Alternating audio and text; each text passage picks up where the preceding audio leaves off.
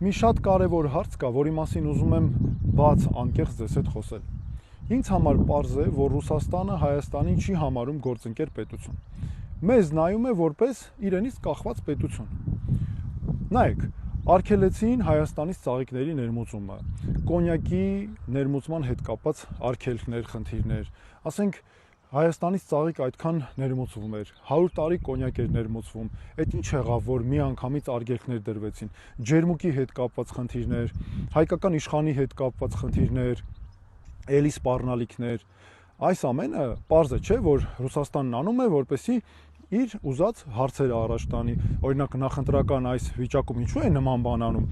ես կարծում եմ դա անում է, որ կա այս նախընտրական փուլում մասնակցող Մոսկվայի նախընտրած քաղաքական ուժ տեխնացու եւ արվում է նրանց օգտի համար։ Տեսեք, մեր տնտեսության մեջ կան ցավացող կետեր, զգայուն խոցելի կետեր, դրանց վրայով գնում են, որով ճնշում են առաջացնում իհարկե։ Եվ այս իշխանությունը այդ առիթից նաեւ օգտվում է։ Տեսեք ինչ է ստացվում։ Քանի որ կա Ռուսաստանի նախընտրած քաղաքական ուժ տեխնացու, հենց արգելք է լինում, այս իշխանությունը ուրախանում է, անգամ իմ հոտ տպավորություն է, որ ամեն մի արգելք իրենց նվեր են համարում, այսինքն տպավորությունը որն է, այդպես էլ կա, որ քանի որ իրենց ընդդիմադիր ուժը Ռուսաստանի նախընտրածն է, ինչ են անում, օգտագործում են նրանց վնաս տալու համար, հարվածելու համար, ասելու համար, այ տեսեք, այս ձեր Ռուսաստանը սենց արգելքներ է դնում։ Եվրոպականը գնանք դեպի։ Եվրոպականի դեպքում էլ էլի նորից հույսեր, վախեր, ինչ են ասում, օրինակ տեսեք, կլինի որ այնպես ինչպես Ուկրաինայում Եվրոպա գնալու դեպքում, չգիտեմ, վիզաների ազատականացման հետ կապված մեզ անընդհատ հույսեր են տալի խոստումներ ու ոչինչ տեղի չի ունենում։ Ամենահետաքրքիրը, որ այս երկու պրո-եվրոպական ու պրո-ռուսական տարբեր որ ուժերը կան, նրանք էլ իրար դեմ դարձրել են ներքին պայքարի գործիք։ Օրինակ Եվրոպայի դեպքում ասում են, այ կլինի այնպես ինչպես Ուկրաինայում։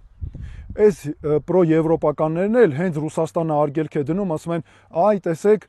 այս էլ ձեր Ռուսաստանը կախվածության մեջ են եւ այլն։ Հա, իմիջիալոց նաև ասեմ, այս իշխանության դեպքում էլ նրանք էլ պրո-ադրբեջանական են, հենց Ադրբեջանը անգամ մի շաբաթ լռում է, էլի ուրախանում են, օգտագործում են մեր դեմ, այ տեսակ, Ադրբեջանը ոչինչ չի անում եւ այլն, ու հանկարծ որևէ բան տեղի է ունենում, այս բոլոր ուժերը իրար մեջ օգտագործում են կողմնորոշումները իրար դեմ պայքարի համար, այսինքն ինչ է ստացվել,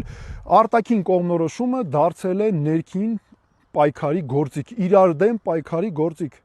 Մինչդեռ իրականում պետք է մենք առաջնորդվենք Հայաստանի շահով,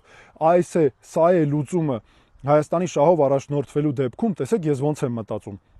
ես օրինակ լինեմ, ինձ համար ամենակարևորը իմ երկրի օգուտը որն է, ես չեմ կարող իմ հարաբերությունները փչացնել այս պահին Ռուսաստանի հետ, եւ դա իմ շահից չի էլ բխում, չեմ կարող նույնը անել Եվրոպայի հետ, որտեղ էլի մեր շահից չի բխում, պետք է ինչ անենք, ամեն տեղից վերցնենք մեզ համար օգտակարը, կարևորը, որը մեր շահերից է բխում։ Բայց այստեղ մի կարևոր բաներ կա, հա, նաև իհարկե չհրաժարվելով մեր պարտավորություններից, բայց այստեղ մի կարևոր բաներ կա, ժողովուրդ ջան, մենք իրավունք չունենք եւ չպետք է հանուն մեր երկրի ինչ որ կողմ բռնենք։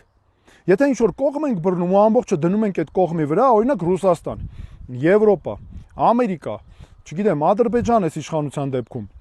ինչ է տեղի ունենում, մենք ամբողջ պատասխանատվությունը դնում ենք այդ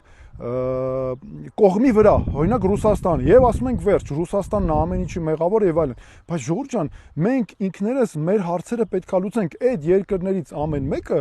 ունի իր շահերը այդ աշխարհակաղակական կենտրոններից եւ ինչ որտեղ բնական է, չէ՞ որ ամեն մեկը պետքա իր հարցերը առաջ տանի,